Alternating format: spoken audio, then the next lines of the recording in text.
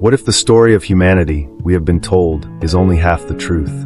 What if buried beneath the sands of time lies a forbidden book, a text so powerful, so illuminating, that entire empires conspired to erase it?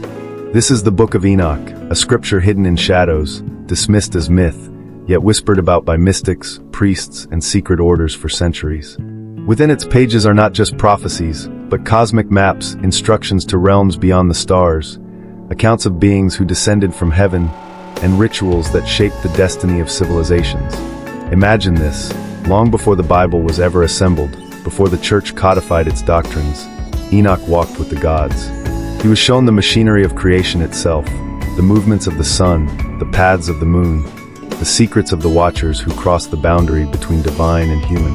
He saw knowledge too dangerous for ordinary eyes, and for that reason, the text was buried, scattered, and branded heresy. But what if it was never meant to be lost? Tonight, on Esoteric Glyph, we journey into the forgotten corridors of spiritual history. We will uncover the hidden wisdom of the Book of Enoch, how it influenced the secret initiations of the Greek elites, how it shaped the foundations of esoteric philosophy, and why its teachings still hold the keys to awakening in our modern age. This is not just history, it is a mirror held to the present, because the same forces that sought to silence this book are still shaping thought, belief, and consciousness today. To understand Enoch is to recognize the architecture of control, and more importantly, the path to transcend it. Welcome to Esoteric Glyph, where hidden wisdom is unveiled, and forgotten truths are brought to light. If you are ready to see beyond the veil, to reclaim knowledge that was buried for millennia, then subscribe, join this journey, and let us awaken together. Because what you are about to hear could change everything you thought you knew about reality.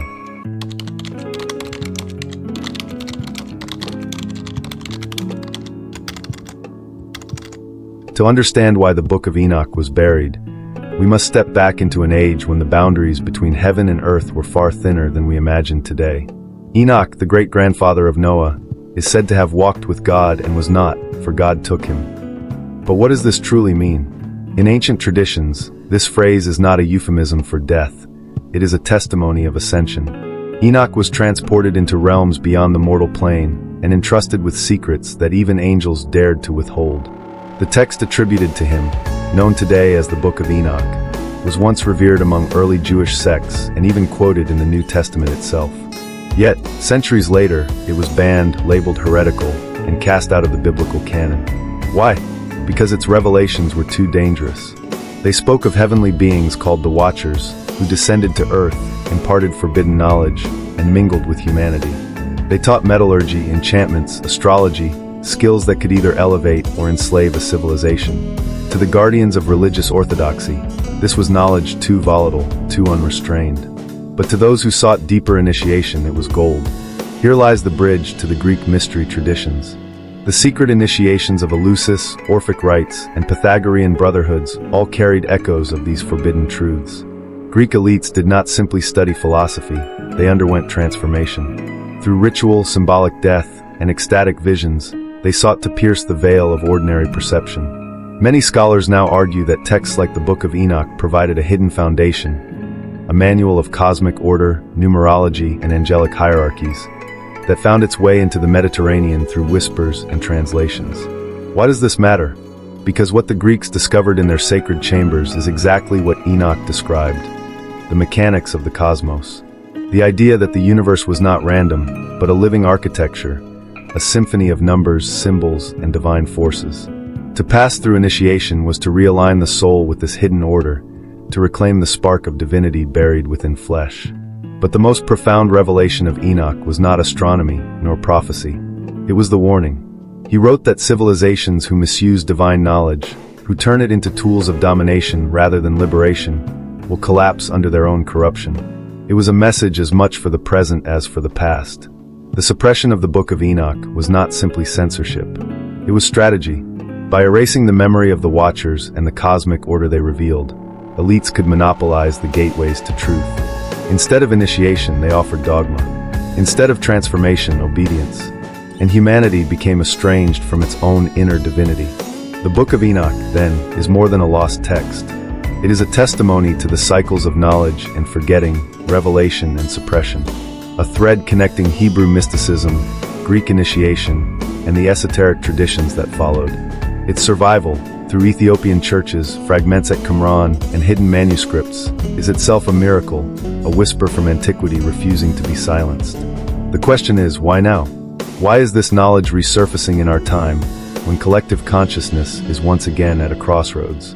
In the next section, we will unlock the core teachings hidden within Enoch's vision, secrets of cosmic law, angelic hierarchies, and the forbidden initiations that shaped the destiny of empires.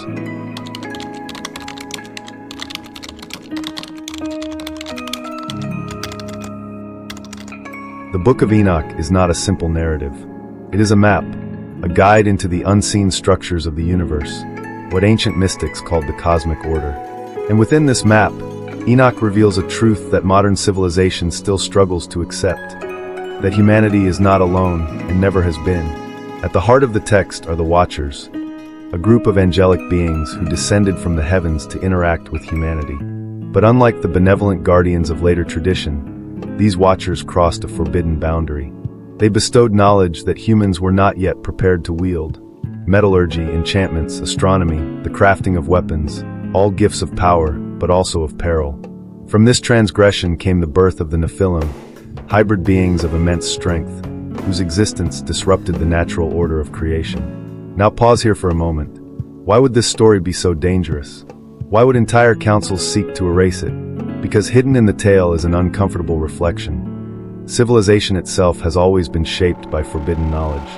From fire to nuclear power, from the printing press to artificial intelligence, humanity walks a razor's edge between illumination and destruction. The Watchers, then, are not just myth, they are archetypes of the eternal struggle with knowledge itself. But the Book of Enoch goes further. It does not merely warn of corrupted wisdom. It reveals a structure of the cosmos so intricate that it feels like reading the blueprints of reality. Enoch describes the movements of the celestial bodies, the cycles of time, the vaults of heaven, and the angelic hierarchies that govern them. He speaks of orders of angels, seraphim, cherubim, thrones, dominions, each responsible for maintaining harmony in the vast machinery of existence. This is not theology, it is cosmology. Imagine for a moment the universe not as empty space, but as a cathedral. Every star a torch, every planet an altar, every angel a priest conducting the liturgy of creation. To Enoch, this was reality. An initiation meant aligning the soul with this higher order, becoming conscious of the sacred architecture hidden behind appearances. Here we find the connection to the Greek initiations. The Eleusinian mysteries were not lectures. They were experiences designed to dissolve the illusion of separateness. Initiates were led into darkness, given sacred substances, and shown visions of the underworld and the heavens. When they emerged, they carried within them an unshakable awareness that death was not the end, and that the soul was eternal. Compare this to Enoch's own journey. He is taken by divine beings, shown the heavens, introduced to angelic councils, and entrusted with wisdom meant to guide humanity. Both experiences, Hebrew and Hellenic, point to the same truth. Initiation is not about learning information. It is about transformation. Yet, the Book of Enoch carries an even more radical teaching, that every human being has the potential to undergo this transformation. That within each soul lies a spark of the divine capable of communion with higher realms. And this, perhaps, was the greatest threat to those who suppressed the text. Because if every person carries the seed of divinity, then no priest, no empire, no hierarchy can claim exclusive authority over truth. The text whispers a revolutionary idea, that the kingdom of heaven is not above us but within us. That the cosmic order is not an abstraction but something reflected in the rhythms of our breath, the beat of our hearts, the cycles of our lives. So why was this buried? Why was it heresy? Because knowledge that awakens self-sovereignty is always the most dangerous knowledge of all. And yet, despite being silenced, the Book of Enoch survived. Hidden in Ethiopia for centuries, preserved in fragments among the Dead Sea Scrolls, whispered through esoteric traditions, it waited. Not for the scholars, not for the authorities, but for seekers like you in times like these. In the next section, we will go deeper into the paradoxes and hidden layers of Enoch's vision. We will confront the myths, the misconceptions, and the truths that remain invisible until you look with awakened eyes.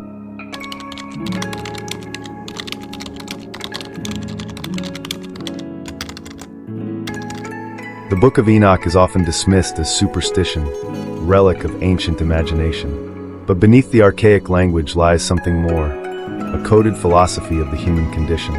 To read Enoch is to step into a mirror. Every angel, every watcher, every prophecy reflects something not only cosmic, but deeply personal. Let us begin with the watchers once again. Many modern readers see them only as fallen angels, villains in a celestial drama. But what if they are symbols of something greater? In esoteric interpretation, the watchers are not merely external beings, but archetypes of human potential. They represent the descent of knowledge into matter, the dangerous but necessary process of spirit incarnating into flesh. Their rebellion is not just disobedience, it is the story of humanity itself, the choice to enter density, to taste mortality, to wrestle with the fire of knowledge. And the Nephilim, the offspring of their union with humanity, become metaphors for imbalance. They are the giants of excess, civilizations swollen with power but hollow in wisdom, societies that collapse under the weight of their own hubris. Sound familiar? The echoes of Enoch resound in every empire that rose and fell, from Babylon to Rome, and perhaps even in the modern world today. But Enoch does not stop at warning. He maps out the architecture of transcendence. He describes journeys through multiple heavens, each one a stage of consciousness. First, the lower heavens, where natural laws are revealed. The stars, the winds, the waters, the forces that shape physical life. Then the higher realms, where beings of light guard the mysteries of justice, harmony, and destiny. And at the highest point, the throne of the eternal, surrounded by choirs of flame. A vision so overwhelming that even Enoch himself could barely contain it. Here lies one of the great paradoxes of the text. Enoch is mortal, yet he enters the immortal realms. He is finite, yet allowed to glimpse the infinite. This paradox mirrors the initiatory rites of the Greeks, where initiates symbolically died to awaken to eternal life. The hidden message is clear. The divine and the human are not separate. They interpenetrate. To awaken is to realize that heaven and earth exist not in different locations, but in different states of consciousness. And yet, another misconception lingers, that Enoch's visions are just myths or primitive science. But modern scholars and mystics alike note striking parallels between his descriptions and advanced symbolic systems. The division of heavens into 7 layers echoes the 7 chakras of Eastern mysticism. The cycles of stars and seasons align with later Hermetic teachings of as above, so below. Even the warnings about corrupted knowledge mirror contemporary debates about technology, artificial intelligence, and genetic engineering. In this light, Enoch is not outdated, he is prophetic. Consider this. What if the Book of Enoch was never intended as literal history, nor as simple prophecy, but as a manual for initiation? A text encrypted in symbols, designed to guide seekers through stages of awakening. The Watchers, then, are not villains to be feared, but forces to be integrated. The Nephilim are not just monsters of flesh, but warnings against inner imbalance. And the heavens are not places in the sky, but dimensions of the soul. This is why the text was threatening. Because if ordinary people could read these truths, if they could decode the hidden metaphors, they would no longer need priests to mediate between themselves and the divine. They would no longer be obedient servants of outer authority, but conscious participants in cosmic order. The Book of Enoch whispers a forbidden empowerment, that the path to the divine is inward, and always has been. And this, more than angels or prophecies, is why it was buried. As we move forward, we must ask, how do we apply these revelations in our own time? How can a forgotten book, hidden for millennia, help us reclaim sovereignty over our minds, our spirits, and our collective future?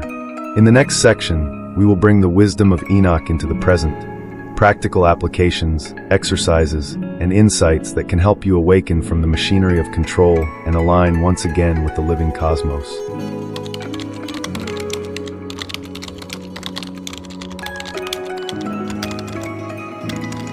Knowledge without practice is nothing more than curiosity. The Book of Enoch was never meant to be entertainment, it was initiation. And its wisdom is not just for scholars or mystics.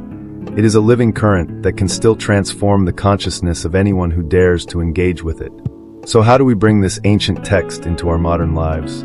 The first step is inner observation. Enoch's encounters with the Watchers remind us that knowledge is never neutral. Every piece of information we consume, every thought we entertain, shapes the architecture of our consciousness. Begin by watching your own patterns. Notice when your thoughts are truly yours, and when they are echoes of the crowd, the media, or the algorithm. This practice alone, what mystics call self-remembering, is the seed of freedom. The second practice is alignment with cosmic rhythm. Enoch's detailed accounts of the stars and celestial laws were not primitive astronomy. They were a call to live in harmony with the greater order. You can start simply. Rise with the sun, honor the cycles of the moon, pause at solstices and equinoxes. By synchronizing your inner life with the rhythms of nature, you begin to experience what initiates an elusive felt. That life is not chaos, but an ordered dance. Third, integration of shadow knowledge. The Watchers gifted humanity with tools that could be destructive if misused. The same is true for us. Technology, wealth, influence, all can corrupt if we do not wield them with wisdom.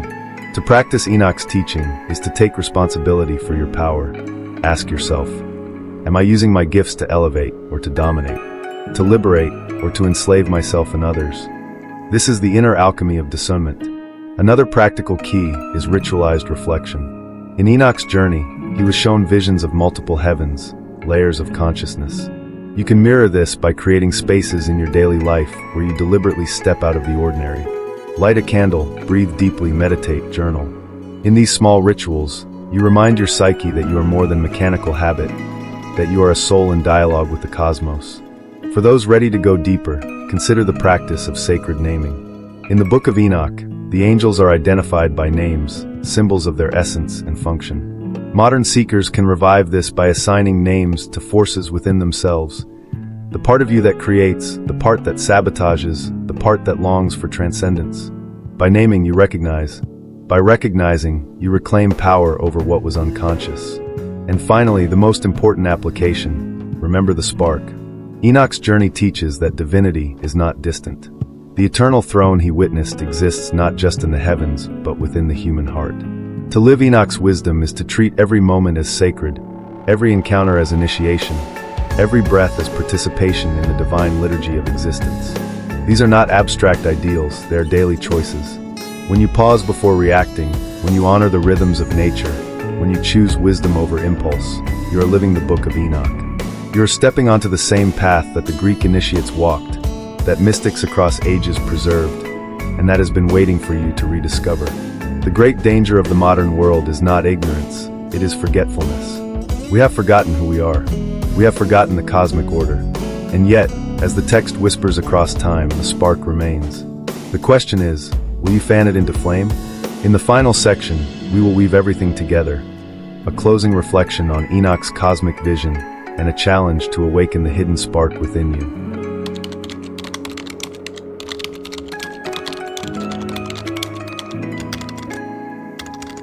The Book of Enoch is more than an ancient manuscript. It is a doorway, a reminder that human history is not only political and material, but also spiritual and cosmic. It tells us that behind every empire, every ideology, every cultural trend, there are unseen forces shaping the collective mind. Some seek to liberate us, others seek to bind us. Enoch's vision exposes both. He shows us the Watchers who gifted dangerous knowledge, and the eternal throne where divine order is unshakable. He reveals the heavens as stages of consciousness, and humanity as participants in a cosmic drama far greater than our daily struggles.